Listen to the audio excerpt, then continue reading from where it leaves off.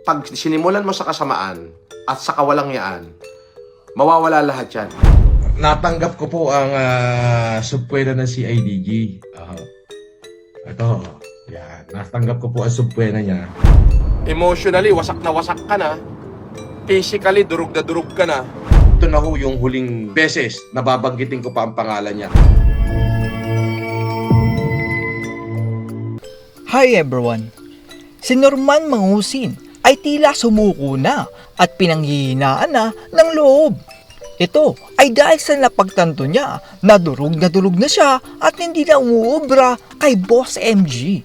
Sa video na ito ay panoorin natin ang tila nawawalan na ng pag-asa at talunan na si Norman Mangusin. Panoorin natin ang video na ito. Nagumpisa ang video sa tila pag-amin ng pagsuko ni Norman Enidoro dahil naging talunan siya kay Boss MG. Ito na ho yung huling beses na babanggitin ko pa ang pangalan niya. Parang wala rin naman nangyayari. Parang hindi naman ho ako sumisikat pag kinokontent ko siya. Walang pagsikat eh. Kumbaga parang ako yung nagagamit pa niya para sumikat pa siya. Parang ganun ho ang nangyayari. Ngayon po ay naging endorser si Norman Enidoro at doon na lang daw siya magpo-focus. Mag-focus na muna ho tayo, maghanap buhay muna ho tayo. Ako ho'y maghahanap buhay muna at baka ako ho ay maglaylo muna sa pag-YouTube sapagkat wala pa naman ho akong pin dito, wala pa naman ho akong natatanggap na sahod. Ewan ko ba naman kay YouTube, bakit yung pin ko ang tagal-tagal ipadala. Damang-dama natin dito na tila paiyak na si Norman Enidoro dahil nadurog siya kay Boss MG. Ako ho siguro wala na ho tayong dapat patunayan kay Makagago kasi talaga namang wala naman hong tumama sa kanya mga sinabi. Wala hong tumama. So I have decided since na nasa korte na naman ho ang aming mga kaso at doon na lang kami magbakbakan sa korte, magparamihan na lang ho kami ng kaso at ikinaso, magpo-focus na lang ho tayo sa content natin kung paano natin matutugi si Susan. Nawala na din ang ngiti ni Norman Enidoro at tila sobra ang kanyang kalungkutan. Kasi ho, nakita naman natin na wala nang ring content ng Makagago. O kumbaga, tuspok na. Since nasa korte na ho yan, I think let the court decide kung sino yung tama sa amin dalawa. Natanggap naman ni Norman Enidoro ang sabina ng CIDG dahil sa kanyang pagsusuot ng police uniform. Natanggap ko po ang subpwena ng CIDG. Ito, yan. Natanggap ko po ang subpwena niya. Ako ay iniimbitahan. So, hindi ho natin dapat yan takasan. Kasi, syempre, kung meron silang katanungan, sasagutin po natin yan ng may dignidad at may karangalan. Yun lang naman ho yan. Mukhang ito na rin ang katapusan ni Norman Enidoro sa social media dahil hindi na daw siya magbablog. At syempre, sa advice ng mga abogado ko, kasi ngayon, tayo ho ay nag-i-endorse na. At marami pa hong nagpapa-endorse. Siguro nga, mag-focus na muna ho tayo, maghanap buhay muna ho tayo. Ako ho ay maghahanap buhay muna. At baka ako ho ay maglaylo muna sa pag-YouTube.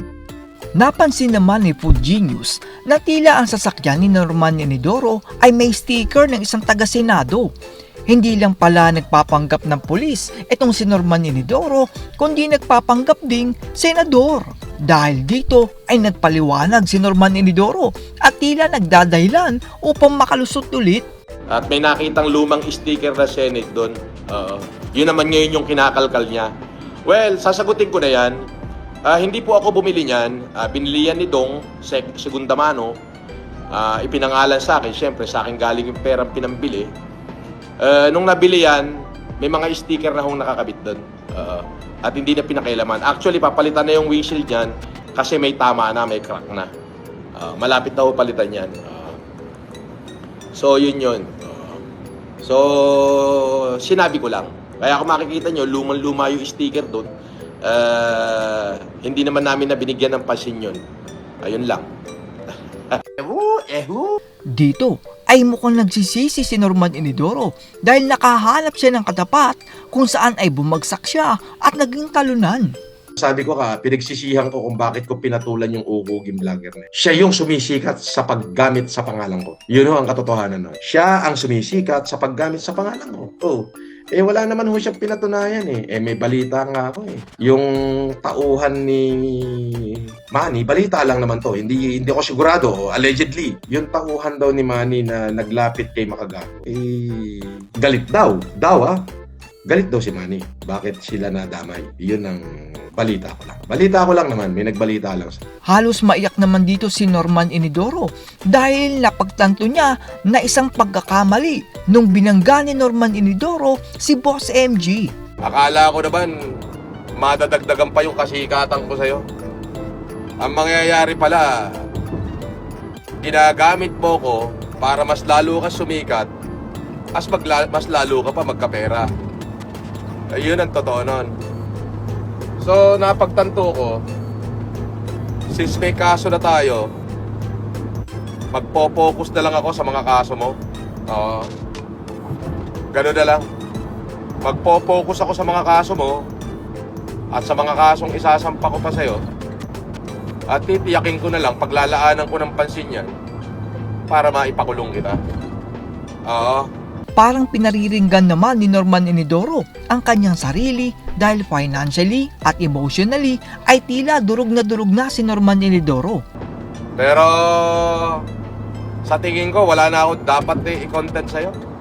Wala naman na ako sisirain sa'yo kasi emotionally, wasak ka na. Physically, durog ka na. Di ba? Financially, I don't think so. Na kaya mo pa. Di ba? Sa kabilang banda,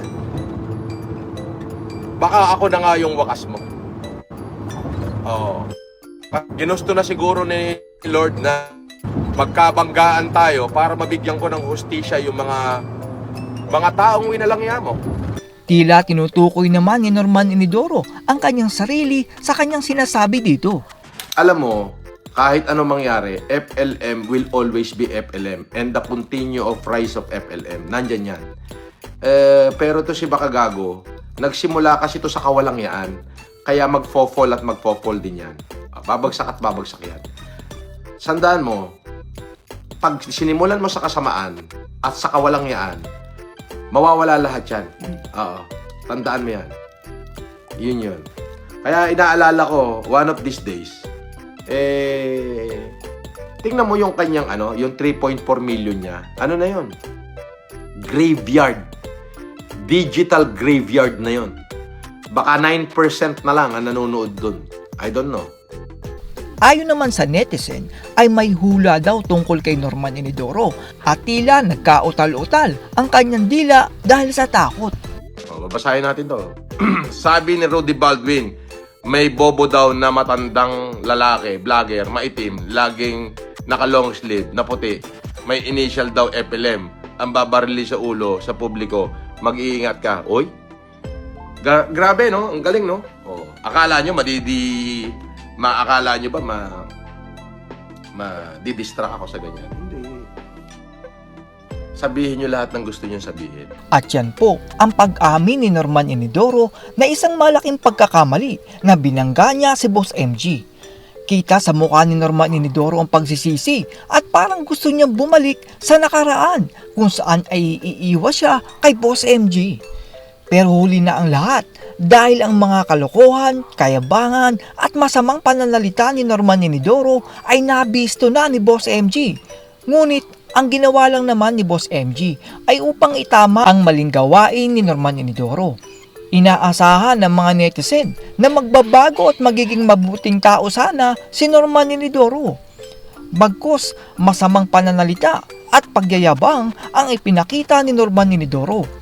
Totoo ang sabi ng mga netizen na may talento upang magpatawa itong si Norman Inidoro.